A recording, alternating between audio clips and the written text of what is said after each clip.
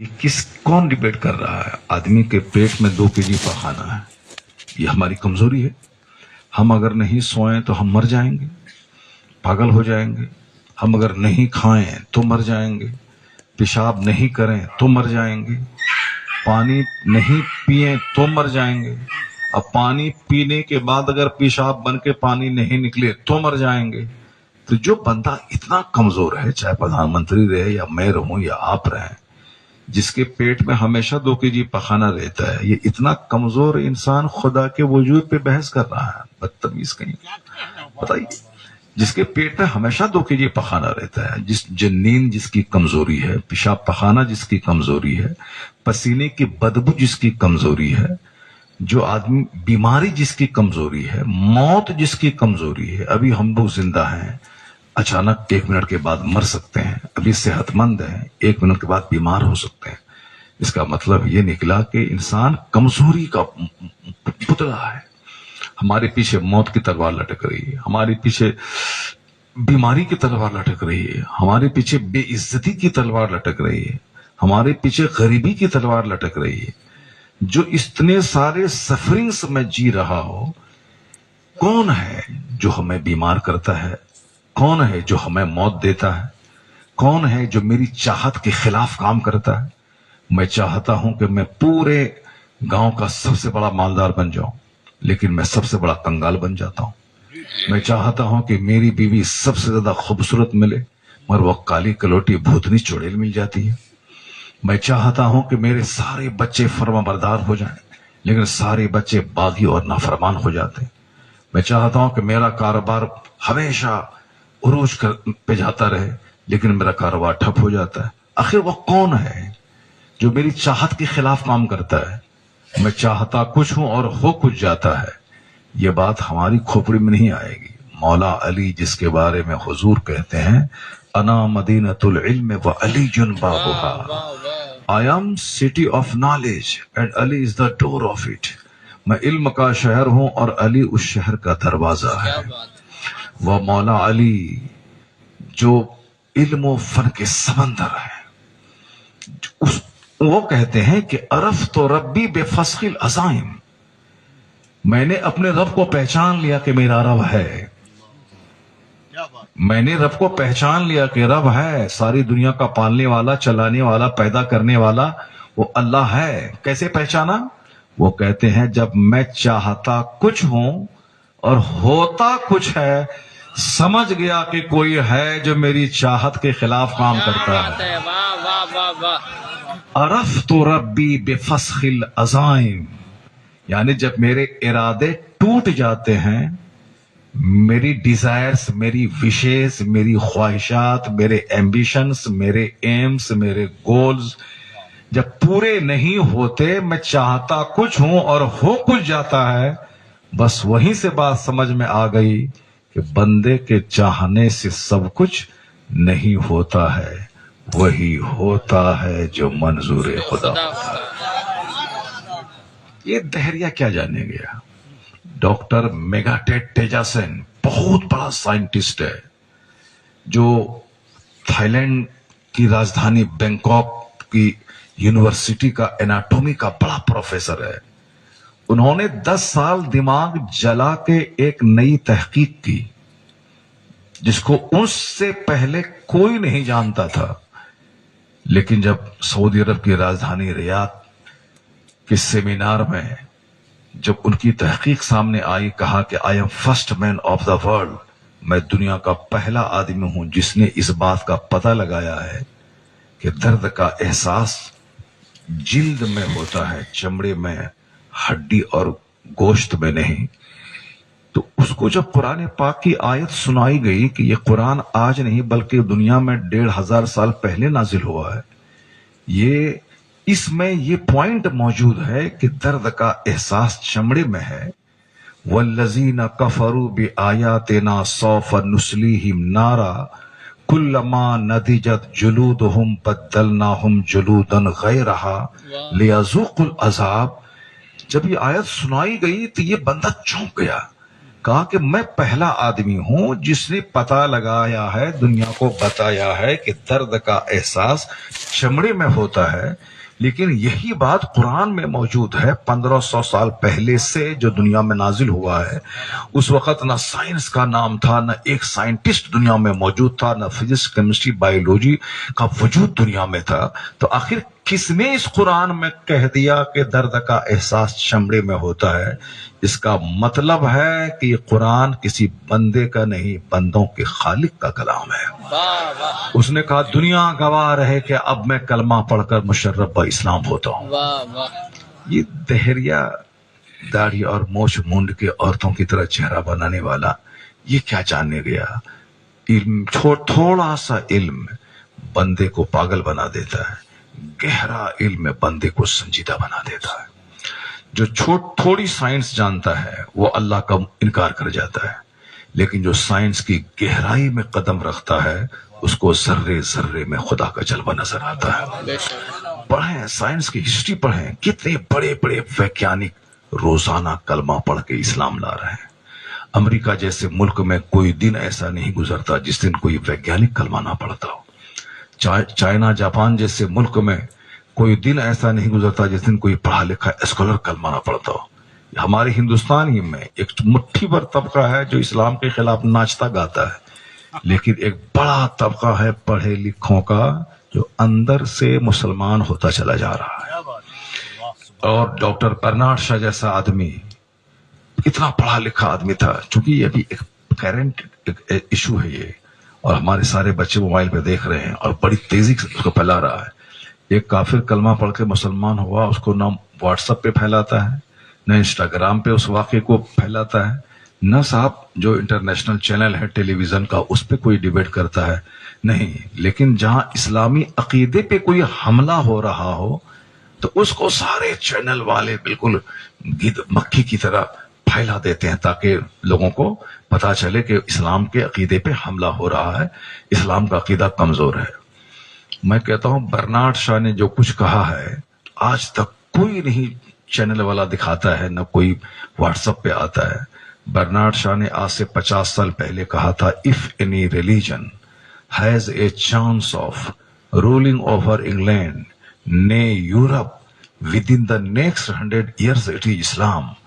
Bernard Shaw Christian ہے، اس کی کتاب ہندوستان کی ساری یونیورسٹیز میں چلتی ہے، پوری دنیا میں چلتی ہے۔ میں خود پڑھا ہوں ایم اے میں اس کی کتاب، انہوں نے بہت جو پیدا ہوئے وہ یورپ میں، دنیا بھر میں کتاب چلتی ہے، تو کتنا بڑا پڑھا لکھا آدمی ہوگا۔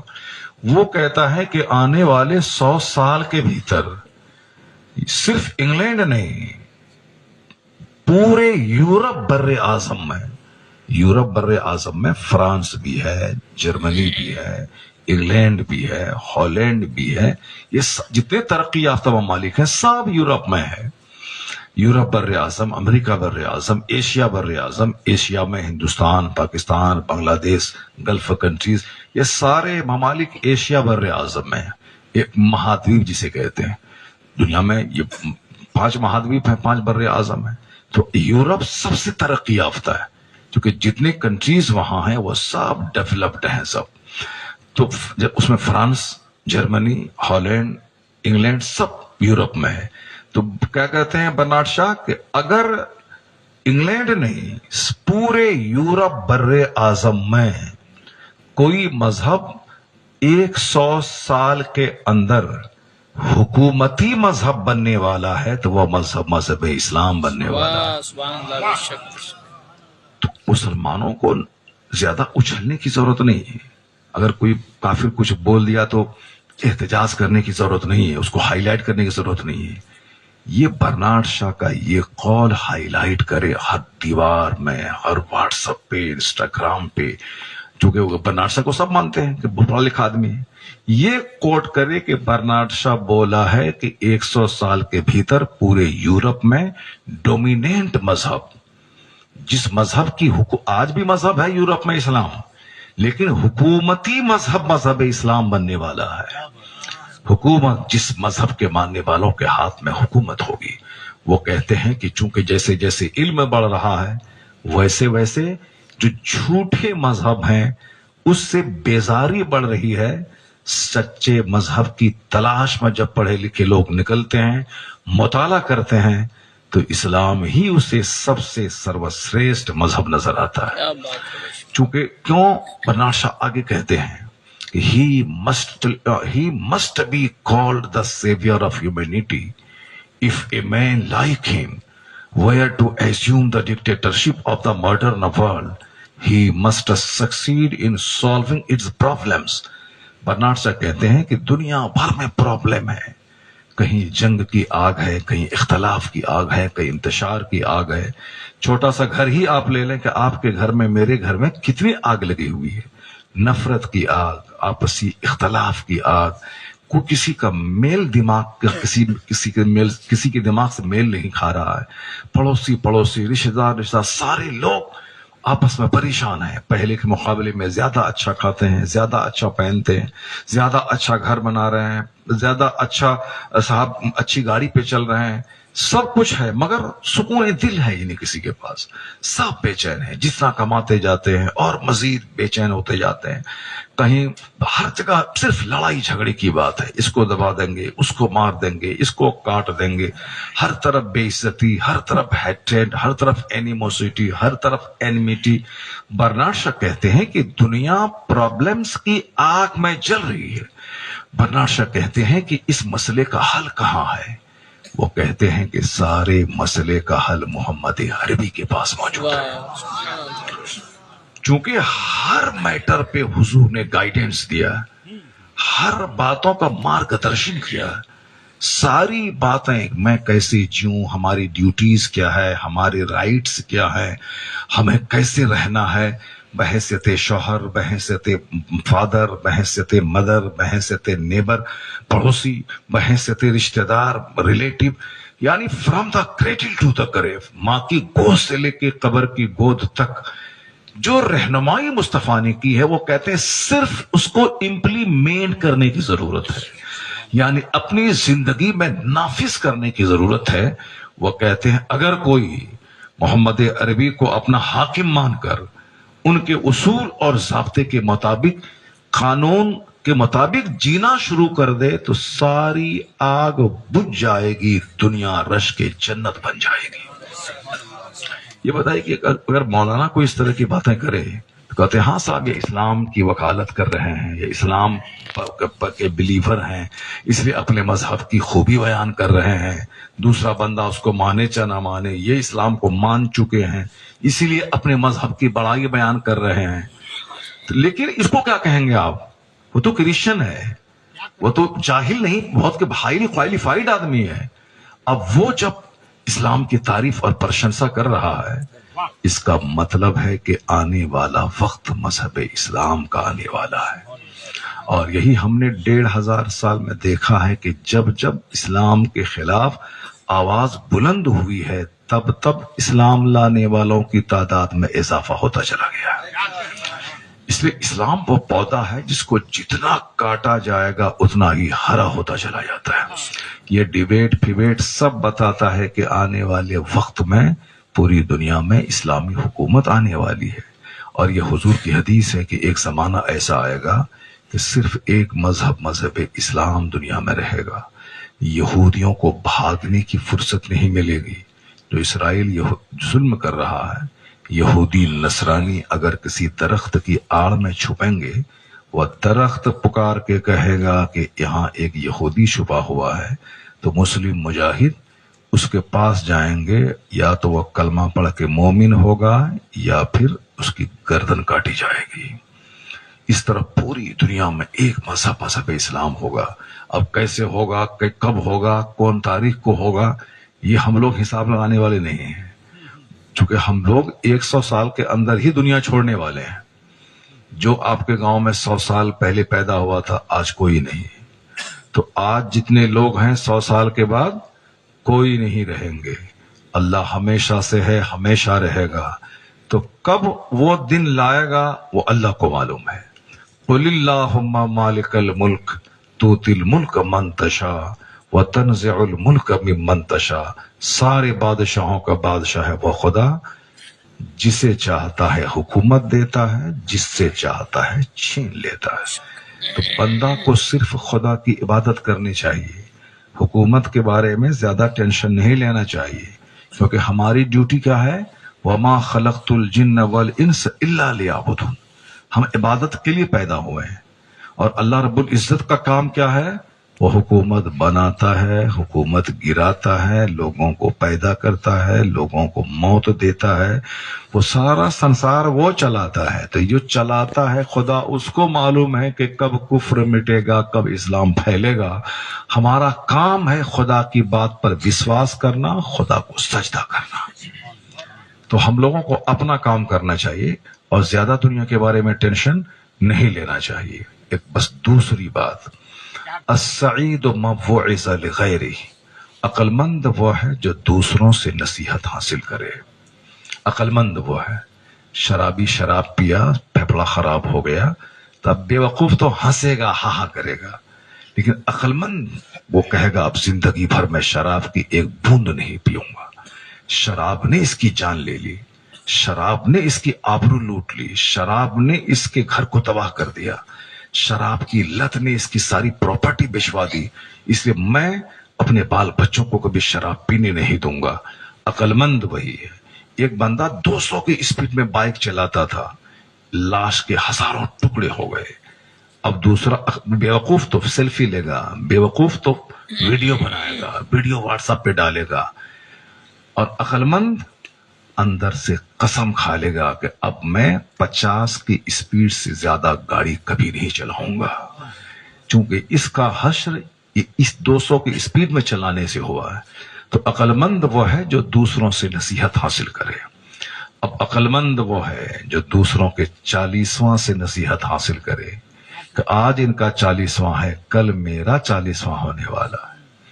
عقل مند دوسروں کے جنازے میں جائے تو دوسروں کے جنازے سے نصیحت حاصل کرے کہ آج ان کا جنازہ اٹھا ہے، کل میرا جنازہ اٹھنے والا ہے۔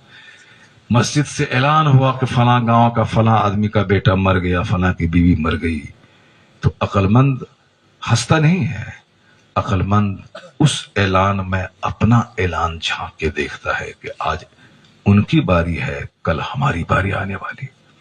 تو جنازے میں حاضر ہونے کی بڑی فضیلتیں ہیں۔ علماء کرام سے پوچھیں، جو جنازے میں حاضر ہوا، مٹی تک شریک رہا، 2 قرات کا ثواب ملتا ہے، اور وہ قرات کیا ہے؟ احد پہاڑ کے برابر وزن ہے۔ اتنا بڑا ثواب ملے گا، کیوں؟ اسی لیے اتنا بڑا ثواب ہے تاکہ جنازے میں جب بندہ حاضر ہوگا تو ان کا گھمنڈ ٹوٹ جائے گا۔ ان کو جو بہت دنوں تک زندہ رہنے کا غرور ہے کہ یہ کریں گے، وہ کریں گے، اس بلڈنگ کے بعد وہ بلڈنگ، اس بلڈنگ کے بعد وہ بلڈنگ، اس زمین کے بعد وہ زمین، اسی بیچ میں اچانک چکر آیا، بندہ مرا، بلڈنگ اپنی جگہ رہی، اپنے انجام کو پہنچ گیا۔ ہر انسان کی یہی کہانی ہے۔ آغاز تو بڑا شاندار ہوتا ہے، صاحب میں اتنا پیسہ کما لیا، میں فورن چلا گیا، میں انڈیا میں IAS آفیسر بن گیا، 5 لاکھ مہینہ میں کما رہا ہوں، فکس ڈپوزٹ ہے، یہ میں نے اس شہر میں زمین خریدا۔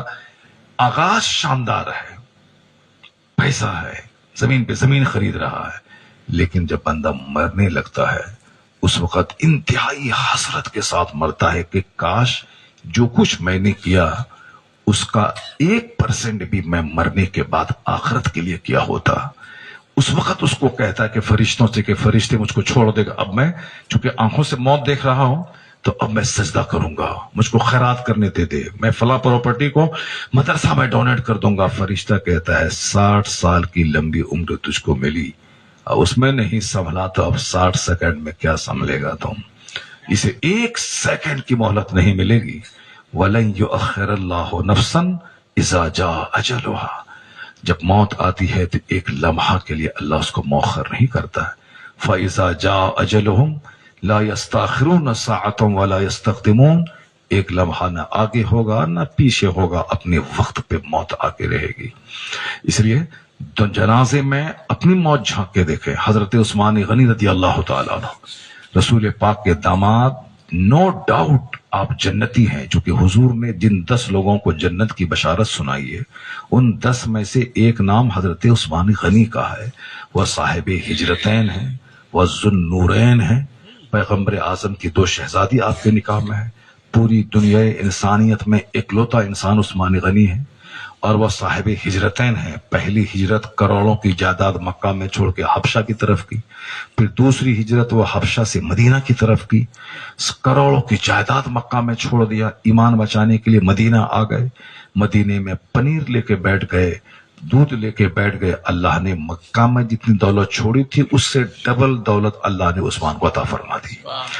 جو اللہ کے لیے خرچ کرتا ہے، قربانی دیتا ہے، اللہ اس کی قربانی کو رائے گا نہیں بلکہ اس کا کئی گنا زیادہ اس کو عطا فرما دیتا ہے۔ تو عثمان غنی اتنے بڑے مالدار تھے، 1000 گھوڑا اللہ کی راہ میں غزوہ تبوک کے موقع پر خیرات کر دیا، 1000 سونے کا سکہ حضور کی گود میں لا کے انڈیل دیا۔ حضور اس سکے کو الٹ پلٹ کے دیکھتے تھے اور کہتے تھے ما علی عثمان، اب عثمان کو کوئی عمل نقصان نہیں پہنچائے گا، عثمان نے جنت خرید لیا ہے۔ سبحان اللہ، اتنے بڑے جنتی جس کو جنت کے مالک نے جنت کی سند دے دی ہو، ان کا حال یہ تھا کہ جب بھی کسی قبر کو دیکھتے تھے اتنا روتے تھے کہ آنسوں سے داڑھی بھیگ جاتی تھی۔ ہمارا باپ پیر صاحب ہے، ہمارا باپ صحابی نہیں ہے، ہمارا باپ غوث قطب ابدال نہیں ہے، یہ صحابی ہی نہیں ہے بلکہ صحابیوں کے سردار ہیں، وہ ذوالنورین ہیں، صاحب ہجرتین ہیں، سابقون الاولون میں ہے، جو سب سے پہلے اسلام لائے، جن کا مرتبہ سب سے بڑا ہے، اس میں شامل ہیں۔ مگر وہ قبر کو دیکھ کے اتنا روتے ہیں تو ہم کو کتنا رونا چاہیے، ہم کو کتنا سبق حاصل کرنا چاہیے۔ عثمان غنی سے پوچھا کہ حضور قبر کو دیکھ کے کیوں روتے ہیں؟ آپ نے کہا کہ حضور نے کہا ہے کہ مرنے کے بعد جتنی منزلیں آنے والی ہیں، قبر کی، حشر کی، پلسرات کی، نام اعمال کے تولے جانے کی، وہ ساری منزلوں میں پہلی منزل قبر کی ہے، اور جو اس منزل میں چھٹکارا پا گیا آنے والی منزلیں اس کے لیے آسان ہو جائیں گی، اور جو یہاں پکڑا گیا آنے والی منزلیں اس کے لیے دشوار ہو جائیں گی۔ تو عثمان غنی کہتے ہیں میں اس پہلی منزل کو دیکھ کے روتا ہوں کہ میرا اس میں کیا بنے گا۔ اللہ الصمد، جو جنتی، جنت کے مالک نے جس کو ٹکٹ دے دیا، یہ دیکھیں خدا کا خوف، کس قدر قبر کے عذاب سے ڈر ہے۔ ہمارے جیسے لوگ جو ایک دن بھی 5 نماز با جماعت خشوع اور خضوع کے ساتھ پوری زندگی میں نہیں پڑھا ہو۔ ایک تو بندہ نماز پڑھتا ہے، کبھی پڑھا کبھی چھوڑا، جماعت سے نہیں پڑھتا ہے، کھیت میں پڑھا، گھر میں پڑھ لیا، یا اگر 5 ٹائم جماعت سے پڑھ بھی لیا تو مسجد میں بدن حاضر رہتا ہے، دماغ کھیت کھلیان میں رہتا ہے۔ حضور یہ قلب کے ساتھ 50-60 سال کی زندگی میں ایک سجدہ بھی نہیں ملے گا، جبکہ روزانہ 5 ٹائم نماز فرض ہے اور اسی طرح سے پڑھنا چاہیے۔ یہاں تو 100 سال کی زندگی میں ایک سجدہ نہیں ملے گا ایسا۔ تو اب اس کی بے خوفی کا یہ عالم ہے کہ جنت جیسے میرے باپ کی جاگیر ہو، جیسے جنت ہم کود کے چلے جائیں گے، جمپ کر کے چلے جائیں گے، سارا کام اپنے حساب سے کریں اور جنت بھی اپنے حساب سے مل جائے گی۔ جنت ہمارے باپ کی جاگیر ہے، یہ سب شیطانی سوچ ہے، یہ سب شیطان ورغلاتا ہے۔ اور اسلامی سوچ کیا ہے؟ داماد پیمبر ہونے کے باوجود قبر کو دیکھ کے آنسو بہا رہے ہیں، یہ ہے اسلامی سوچ، یہ ہے عذاب قبر کے بارے میں فکر مند رہنا، آخرت کے بارے میں سوچنا۔ جو نیکیوں کا پہاڑ جس کے پاس موجود ہے وہ آخرت کے بارے میں اتنا سوچ رہے ہیں، اور جس کے پاس ایک ٹوٹی کوڑی نہیں ہے یہ سینہ تان کے چلتا ہے کہ میں فلاں خانقاہ کا گدی رشی ہوں، میں فلاں پیر صاحب کا بیٹا ہوں، میں فلاں مولانا کا بیٹا ہوں، کچھ نہیں ہو تم۔ صحابہ کرام جب اس قدر رو رہے ہیں، وہ اس قدر فکر مند ہے، تو عالم کا بیٹا ہونے کے ناطے تم کو عام آدمی سے زیادہ فکر مند ہونا چاہیے، پیر صاحب کا بیٹا ہونے کے ناطے عام کروڑوں لوگ مریدوں سے زیادہ فکر مند آپ کو ہونا چاہیے۔ کیوں کہ داماد پیغمبر اس قدر فکر مند ہیں تو آپ کو بھی فکر مند ہونا چاہیے، تاکہ دوسرے لوگوں کو یہ احساس ہو اتنے بڑے نیک آدمی کا بیٹا یہ اتنا عذاب قبر سے ڈر رہا ہے تو ہمیں کتنا ڈرنا چاہیے، ہمیں کتنا ڈرنا چاہیے۔ تو دوسروں کی موت میں اپنی موت جھانک کے دیکھیں۔ دنیا ایک عارضی ٹھکانہ ہے، یہاں کا نہ سکھ پرماننٹ ہے نہ یہاں کا دکھ پرماننٹ ہے، ساری چیزیں عارضی ہیں۔